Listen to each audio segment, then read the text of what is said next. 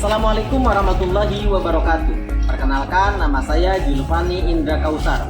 Saat ini saya bertugas sebagai guru PAI di SDN Gandaria Utara 03. Sekaligus pada tahun ini saya sebagai mahasiswa PPG Kemenag Daljab Batch 3 LPTK UIN Syarif Hidayatullah Jakarta dengan nomor induk mahasiswa 425001456. Dan hari ini tanggal 10 Oktober saya akan melaksanakan kegiatan uji kinerja praktek pembelajaran yang dilaksanakan di kelas 5 dengan tema materi Asmaul Husna.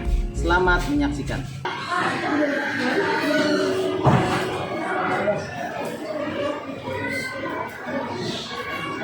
Assalamualaikum warahmatullahi wabarakatuh. Waalaikumsalam warahmatullahi wabarakatuh. Gimana kabarnya hari ini anak-anak hebat? Baik. Ada yang tidak masuk untuk hari ini? Ada. Siapa aja? Azizan. Azizan. Terus siapa lagi? Faizah. Faiza. Niki. Terus Aura. Ada lagi? Berarti 5 orang ya yang nggak masuk? Iya. Ya. Kenapa nggak masuknya? Sakit. Karena rata-rata teman kita yang hari ini nggak masuk karena sakit. Alangkah baiknya sebagai sahabat yang baik kita berdoa mudah-mudahan teman kita yang sedang sakit segera diberikan kesehatan dan kesembuhan. Amin ya Allah ya Rabbal Alamin. Nanti sekalian kita doa. Anak-anak, kita jumpa lagi di mata pelajaran pendidikan agama Islam di kelas 5 ini. Sebelum kita mulai materi kita, alangkah baiknya kita berdoa terlebih dahulu agar apa yang kita pelajari diberikan kemudahan oleh Allah Subhanahu wa taala. Pak Guru mohon kesediaannya ketua kelas untuk memimpin doa.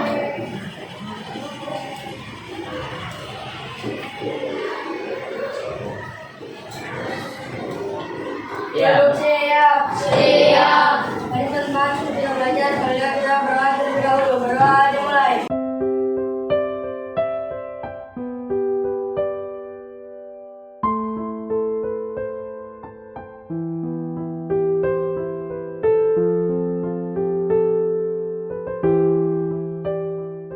Terima kasih April sudah memimpin doa. Dan anak-anak sebagai warga negara yang baik, ya, mari sama-sama kita biasakan untuk menyanyikan lagu wajib nasional, yaitu Garuda Pancasila. Silakan anak-anak untuk berdiri sejenak, kita bernyanyi sama-sama ya.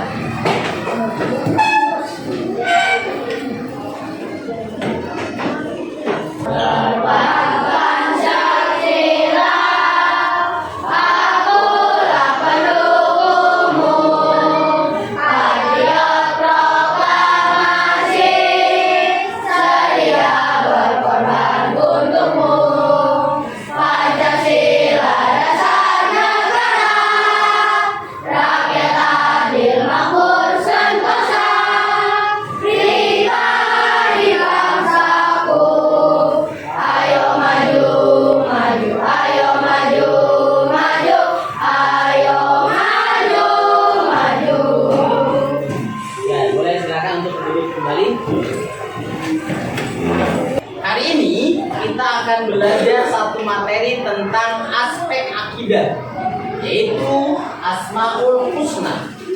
Akan tetapi sebelum melanjutkan ke materi ini, Pak Guru tanya tentang materi sebelumnya. Masih ingat nggak? Minggu lalu materi sebelumnya kita belajar tentang apa? Aspek Al-Quran surat Al-Maun. Alhamdulillah masih ingat. Ada yang ingat nggak apa arti Al-Maun? Apa? Fatir? Barang yang berguna. Benar nggak? Ada berapa ayat surat Al-Maun? 7 ayat. Dalam surat Al-Maun dijelaskan fawailul lil musallin. Celakalah bagi orang yang sholat.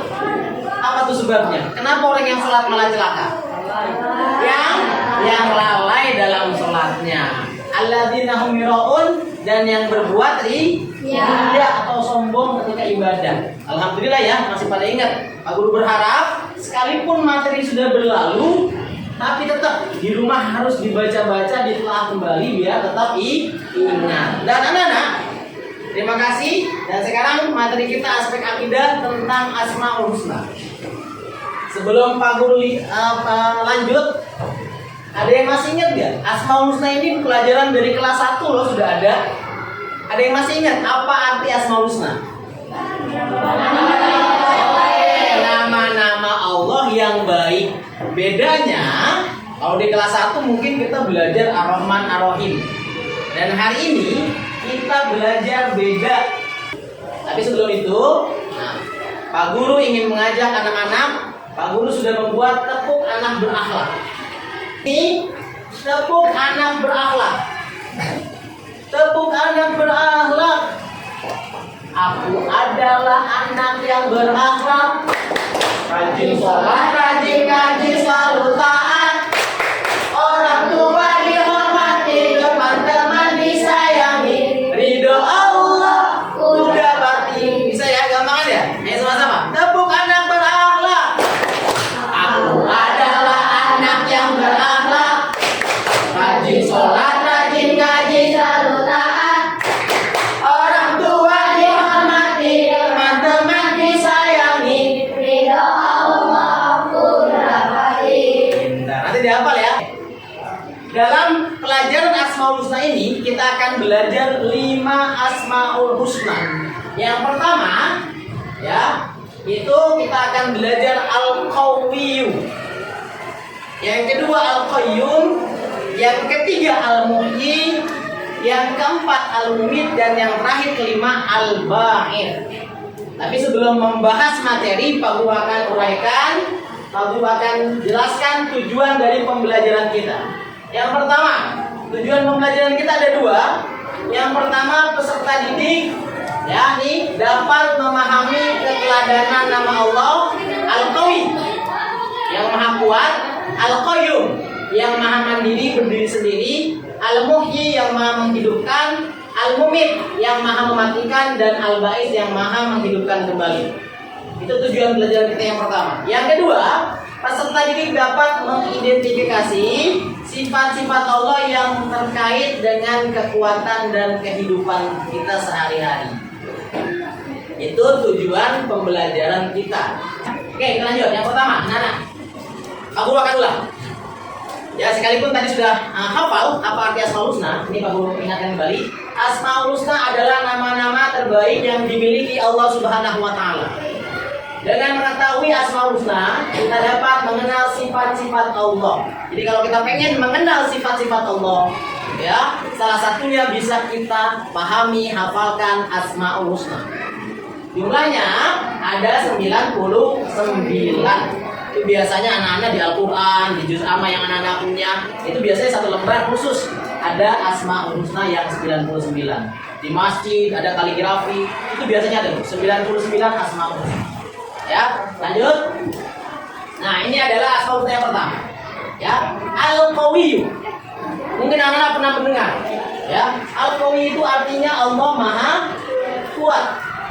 Ya, kita kabur besarkan slide-nya. Ya, Al-Qawi itu artinya Allah Maha Kuat. Dan yang di kotak ini adalah cara meneladani dari Asmaul Husna Al-Qawi. Ya, cara meneladani Asmaul Husna Al-Qawi. Yang pertama, menggunakan kekuatan yang dimiliki untuk kebaikan. Jadi kalau anak-anak punya kekuatan, kita punya kekuatan badan, punya kekuatan harta, punya kekuatan ilmu, itu harus digunakan buat kebaikan. Punya harta banyak, ya, kita berikan buat infak, buat sedekah, buat zakat, pembangunan masjid. Itu namanya orang yang meneladani Al-Qawi. Punya kekuatan badan, jangan dipakai buat yang tidak. Harus dipakai buat kebaikan, membantu teman, tetangga, misalkan lagi bangun rumah, tanpa diminta, kita bantu. Ngaduk semen, bawain batako, kerja bakti. Ya, itu contoh dari meneladani Asmaul Husna Al-Qawi. Allah Maha Kuat. Apalagi contohnya, sabar dan tabah menghadapi segala cobaan. Apa kaitannya? Kalau orang yang sabar dan tabah dalam menghadapi cobaan, berarti dia orang yang kuat. Kuat menghadapi cobaan. kuat dalam menghadapi ujian. Karena manusia itu sudah pasti ada ujian dan cobaan. Pasti, nggak mungkin nggak ada manusia yang sempurna. Setiap kita sudah pasti punya ujian, punya cobaan yang diberikan oleh Allah. Makanya kalau kita kuat, sabar dalam menghadapi ujian, kita termasuk yang sedang mengamalkan, meneladani sifat Allah Al-Qawi. Ya, yang ketiga, tidak menindas orang yang memusuhi kita. Sekalipun ada yang memusuhi kita, kita tetap sabar, kita tidak membalas, kita tidak dendam. Itu namanya orang yang meneladani Asmaul Husna Al-Qawi. Paham? Tentang Al-Qawi, kita langsung lanjut ke Asmaul Husna yang kedua, Al-Qayyum. Al-Qayyum artinya maha berdiri sendiri. Ya, cara meneladani Asmaul Husna Al-Qawi yang pertama dengan apa? Rajin belajar. Karena Allah itu berdiri sendiri, berarti kita neladaninya salah satunya dengan cara mandiri. Rajin belajar, rajin menabung. Ada lagi nih yang contoh sifat mandiri, merapikan tempat tidur setiap bangun tidur. Ayo di sini, udah kelas 5 nih. Bangun tidur, kasurnya, sisa-sisa tidurnya dirapikan nggak? Dirapikan. Kalau anak yang merapikan tempat tidur sendiri setelah tidur, berarti sudah meneladani Al-Qayyum. Ya, apalagi menyiapkan pakaian dan keperluan sekolah sendiri. Ini udah kelas 5 buat kelas 1 lagi. Kemarin Pak Guru melihat kelas 1 orang nangis. Kenapa? Katanya dimarahin bundanya. Sebab karena habis pengen berangkat sekolah, perlengkapan sekolahnya nggak dirapin sendiri. Baru kelas 1 aja bundanya udah membiasakan anak udah harus mandiri. Apalagi ini udah kelas 5. Ya, kamu harus membiasakan diri untuk mandiri. Selesai makan, cuci piring sendiri. Selesai tidur, dirapikan. Perlengkapan sholatnya disiapkan. Perlengkapan sekolahnya disiapkan. Itu namanya meneladani Al-Qayyum. Allah Maha Berdiri sendiri. Apalagi tidak bergantung pada orang lain. Kalau orang mandiri, ya apapun yang dikerjakan sendiri sudah pasti dia tidak bergantung kepada orang lain. Pak, saya kan satu kelas ada temen.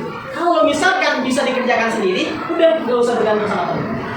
Itu namanya mandiri. Paham? Meneladani Asmaul Al-Qayyum. Lanjut, Asmaul saya ketiga, Al-Muhyi. Nah ini dia. Kita sudah berlanjut ke Asmaul Husna yang sifatnya mengatur kehidupan manusia. Al-Muhyi itu artinya apa? Allah Maha Pemberi kehidupan.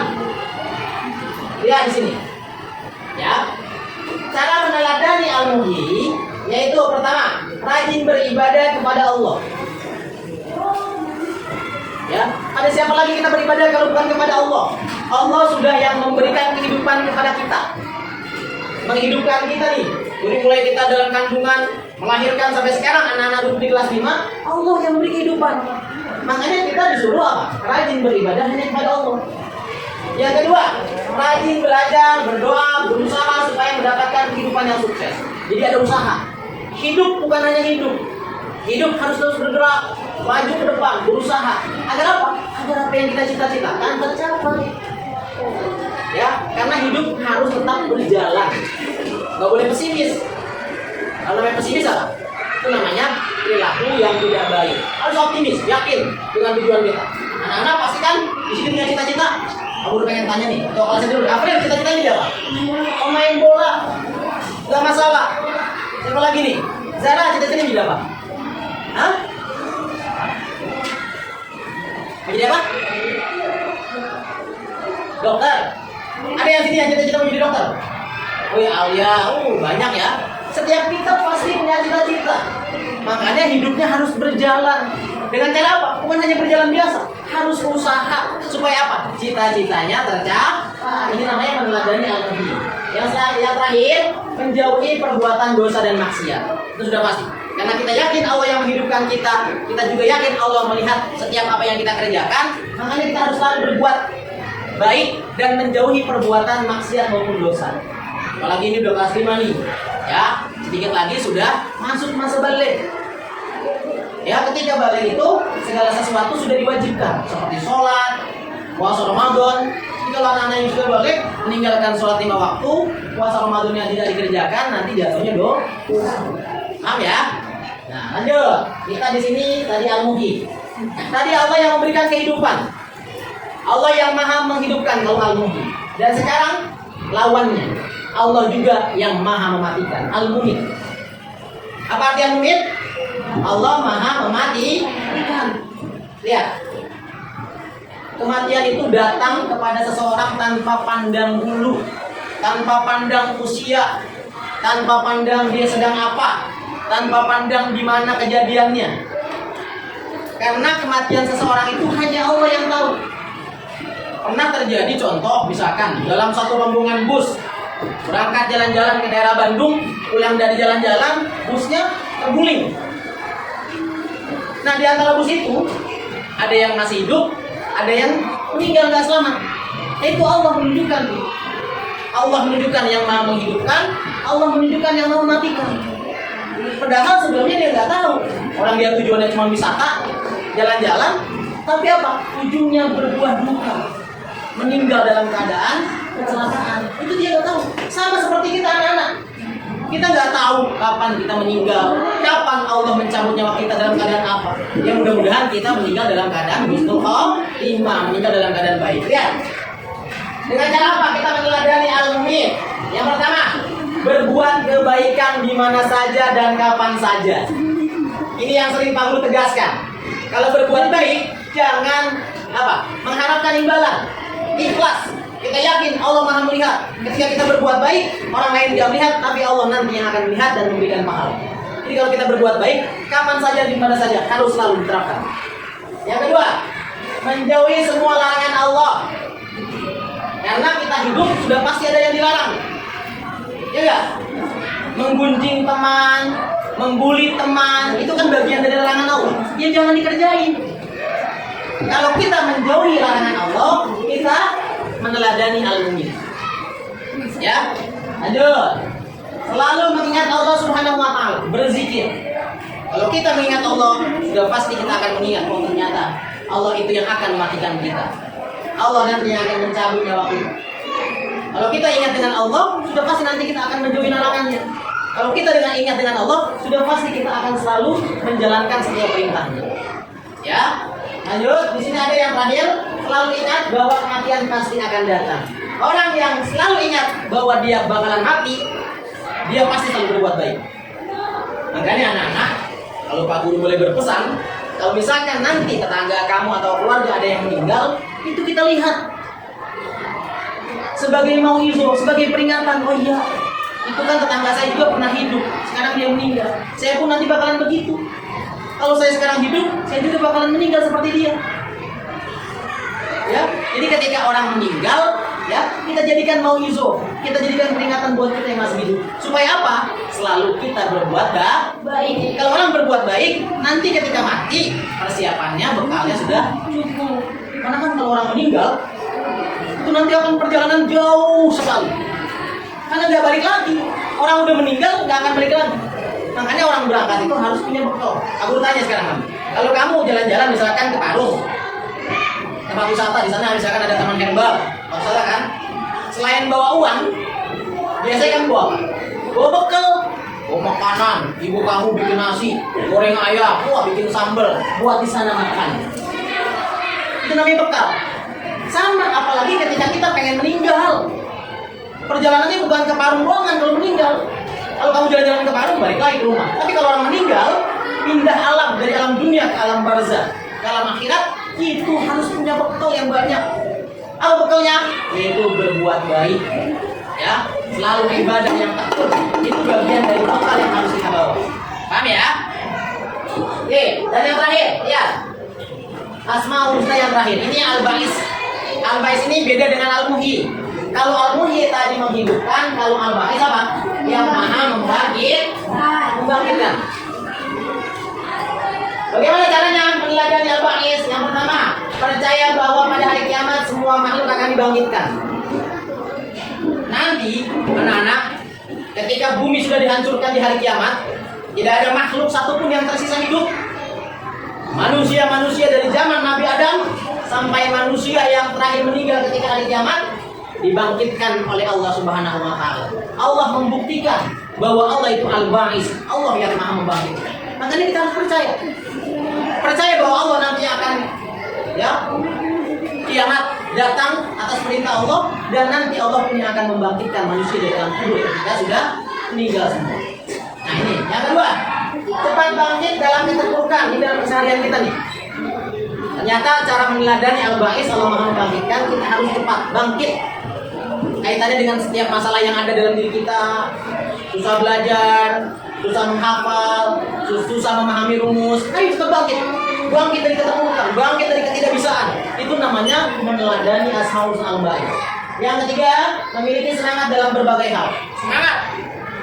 Sebagai seorang pelajar, berarti semangatnya dalam belajar, semangatnya dalam mengukir prestasi, semangatnya dalam berbuat baik pada siapapun. Itu namanya mengamalkan atau meneladani Asmaul Husna Al-Ba'is. Dan yang terakhir, tidak larut dalam kesedihan dan penyesalan.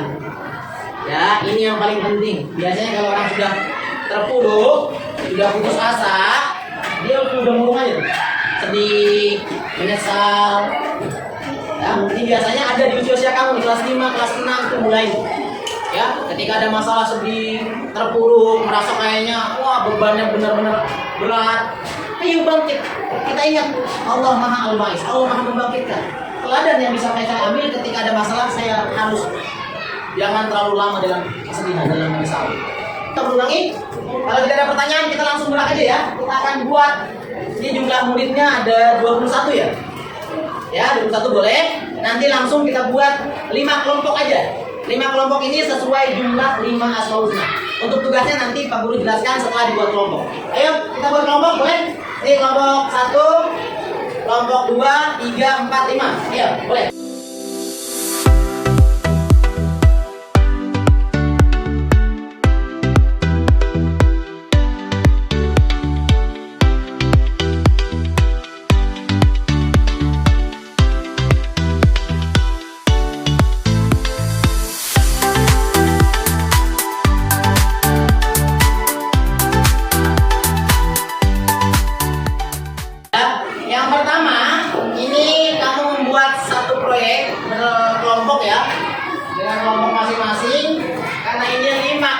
Sesuai Asmaul Husna.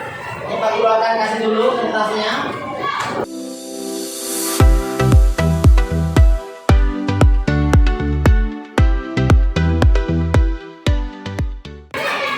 Nah ini juga ada KPD. Ada Pak Guru buatkan lembar kerja. Ini pun bukan tugas mandiri, tapi sengaja Pak Guru buatkan tugas kelompok ya.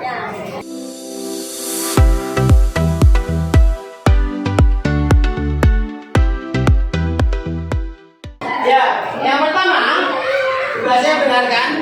Kita buat proyek dulu ya. Kalau LKPD-nya, lembar kerjanya nanti belakangan. Itu kertas yang putih, yang polos. Ya, ini sengaja kamu buat satu Asmaul Husna. Ya, yang satu tadi apa? Al-Qawiyyu. Yang kedua, Al-Qayyum. Yang ketiga, Al-Muhyi. Dan yang keempat, Al-Mumit. Dan yang kelima, Al-Ba'is. Boleh dibuat dengan kaligrafi sebagus-bagusnya, nggak masalah ya. Pak, saya yang jago kaligrafi satu, boleh. Pak, saya yang jago mewarnai, yang bagus mewarnai satu. Ayo, yang penting kerja kelompok. Semuanya harus kerja. Ya, boleh.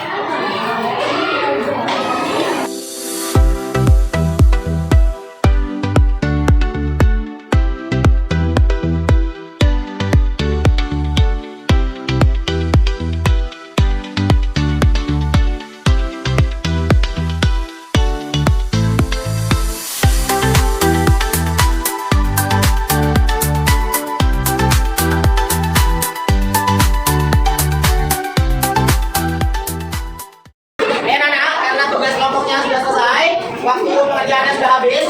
Ya sekarang Pak Guru akan panggil dari mulai kelompok 4 ya. Oke, kita kasih tepuk tangan buat kelompok 4.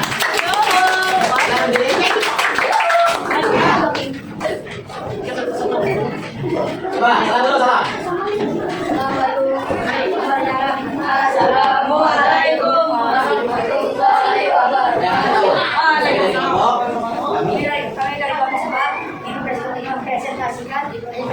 Ya, yang pertama apa kaligrafinya? Al-Mumin itu. Apa arti Al-Mumin? Ayo jelasin.